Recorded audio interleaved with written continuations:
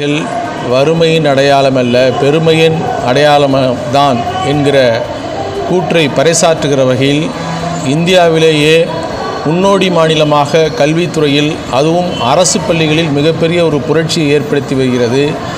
அதனுடைய முன்னோட்டம்தான் திருச்சிராப்பள்ளி மாநகராட்சி நடுநிலைப்பள்ளி உறையூர் கிழக்கிலே நடைபெறுகிற பள்ளி ஆண்டு விழா.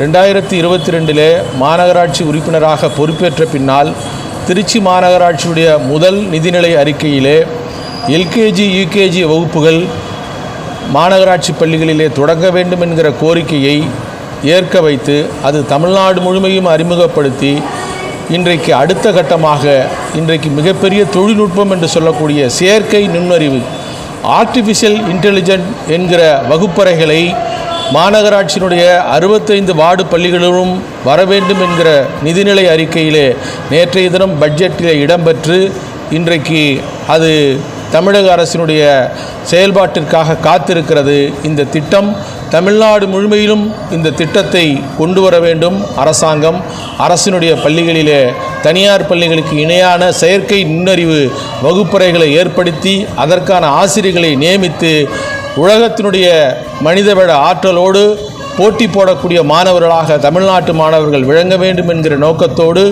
இந்த ஆண்டு விழாவிலே சிறப்பாக இன்றைக்கு நடத்தி கொண்டிருக்கிறோம் என்பதை தெரிவித்துக் கொள்கிறேன்.